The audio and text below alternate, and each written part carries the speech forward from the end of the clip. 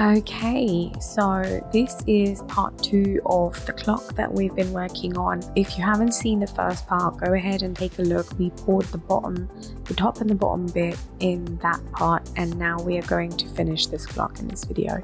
So what I've done is taped my edges where we are going to be pouring our resin on, and I'm going to go ahead and mix up my Geode Officials resin. Once again, I'm going to try and link everything along with my discount codes in the description below. So now the colors that I'm going to use for this section of the clock are going to be mainly greens. So we're going for like forest greens and sort of tealy tones for this bit. And once again, I have taken a mix of mica powders and pigment paste just because I like to do that to get a nice depth to the piece. I'm going to do a dirty pour for this section as well, so I'm going to pour my colors into a cup and then pour these out. And I like to do smaller dirty pours than one larger one just because I can see what colors are coming out and then adjust them accordingly as I go along.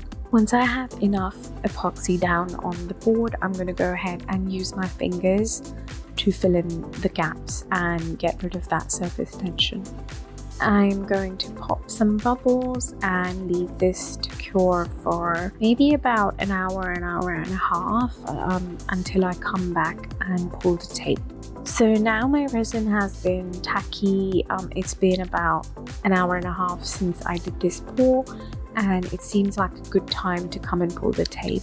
And as you can see, the resin is sticky and tacky at this stage, so it's going to pour over the edge slowly. You can always use your fingers to help it along the edge. Okay, so now I'm going to add a base layer of some crystals and some crushed glass. So I have some quartz chips here that I'm going to use and lay out some crystals while my resin is still tacky, so that these are nicely secured. We are going to top these up further down the process, but for now I want to put these down as a base layer of my crystals.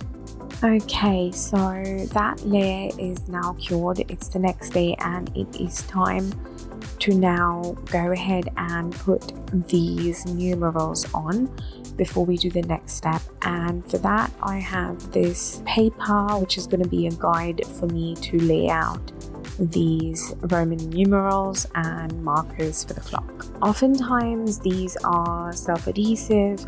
My ones aren't, so I'm going to go ahead and just use some glue and secure these into place. 2,000 years later. Okay, so now that those are nice and secure, it is time to start adding and building up on the detail of this piece. Now, for edging my crystals, I like to use this liquid gold by Montana, and I like to use this sort of a gloss applicator to apply these, and there's no right or wrong way to do this. I'm just going to go around the edge and apply this gold. You can use more or less based on your design and your choice. I hope the camera is picking up some of these beautiful green effects in the clock. Absolutely love how this is turning out. There's some beautiful veining and there's a ton of depth in here, which I hope the camera is picking up. But yeah, I'm really happy with how this is taking shape. Next, it is time for our top coat, and I have peeled away the plastic covering off my numerals before I do this to make sure that is off of all of them. Now in the top coat I also want to add some gold veins, and I'm going to use this Carrot Gold by Mrs. Colorberry to do the veining. And I absolutely love this gold because it's a pigment that floats on top and gives beautiful effects and amazing depth. But first, I'm going to put down my clear resin and cover this entire piece. I like to use my hands when I'm doing a flood coat. This makes sure that I have a nice even layer of resin down, and it also helps me make sure that I don't have any surface tension and that I have covered the entire surface. Also, I think I like the way resin feels, so it is quite sort of relaxing to do this step. Now to add some of that gold, I'm just going to use my popsicle stick and drag it along the areas where I want it to be. And I like to sort of twist my stick as I do this, just so then I can get a more natural vein, which is slightly thick, slightly thin in some areas, and it just looks more natural and unique. Now, how much gold needs to be added, that's entirely a personal choice. Since I already have these golden numerals and the gold along the edge of the crystals, I am not going to go too crazy on this. I'm going to try and balance this out. And remember, you can always add more, but you can't take away.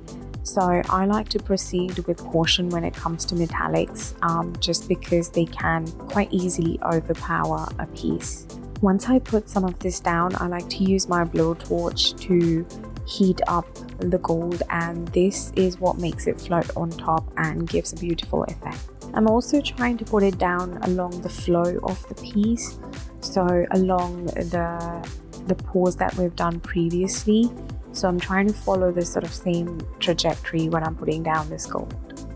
Okay, now that the gold is down, the next thing I want to do is build up on those crystals, and I'm using some moss agate chips that I'm going to lay on top of the quartz that we put down earlier. And I have a tiny amount of resin left over from the front coat that we've just done in the cup, and I'm going to top up these moss agates with those to make sure that they're nice and secure and completely covered in resin.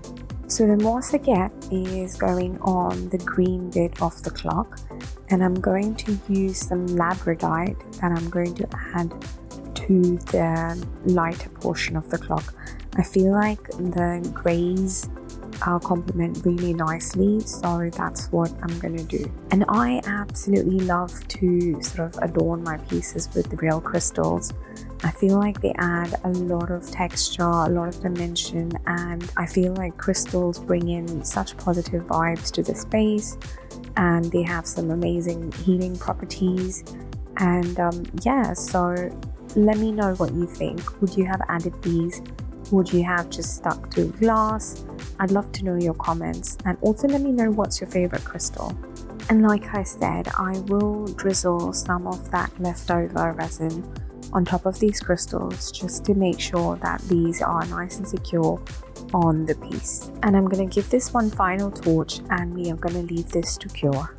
Okay, so the clock has now cured. It's time to fit in the hands and the clock mechanism, and I'm going to once again go ahead and make a hole in, well, I actually did have a hole there, but because we've poured resin, it has narrowed down. So I'm going to use my drill and drill into it one more time before I can place my hands on.